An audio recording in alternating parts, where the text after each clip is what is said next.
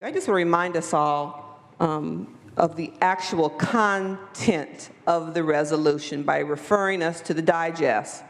The resolution urges the Congress and the President of the United States to rename any federal building, park, roadway, or other federally owned property, such as United States military bases, that bear the names of elected or military leaders of the Confederate States of America, and urges the Congress that statues or busts of elected or military leaders of the Confederate States of America and the United States Capitol be removed and placed in museums where they can be viewed in proper historic context.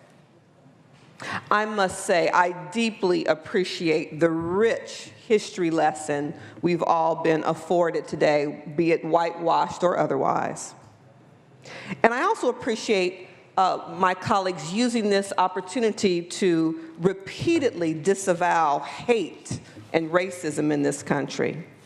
I think it's important to remind this body that we heard and passed and the governor signed a piece of legislation in 2014 that put California in the forefront of disavowing the image of the Confederate flag. And so as a result of the law that many of us voted on as a bill that the governor saw fit to sign, no longer in California or in the very basement of this building can you buy Confederate flag memorabilia.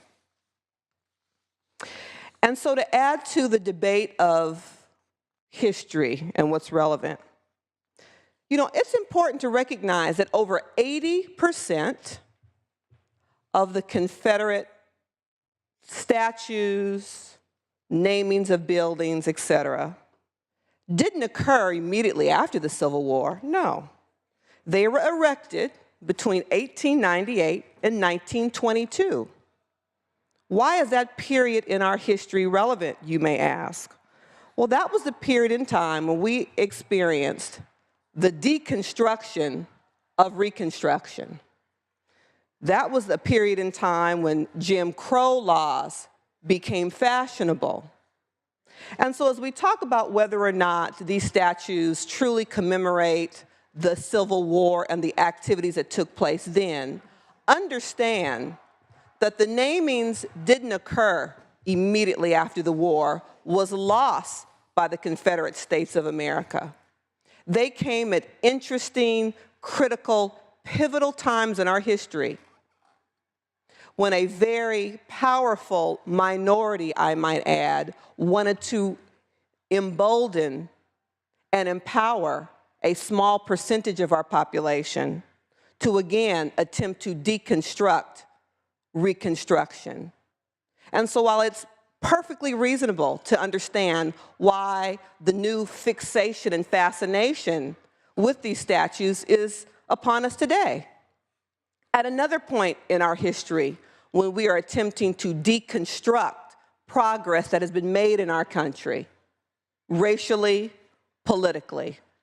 And so as we talk about history, just understand the period in time when they were erected and what that signifies for a significant portion of our community. People in this country who were not on the losing side of the Civil War, people in this country who stand up and stand for every day protecting the civil rights of all Americans. Again, 80% of them were built in more recent times, long after the final battle of the Civil War took place. Again, I'll be supporting SJR 14.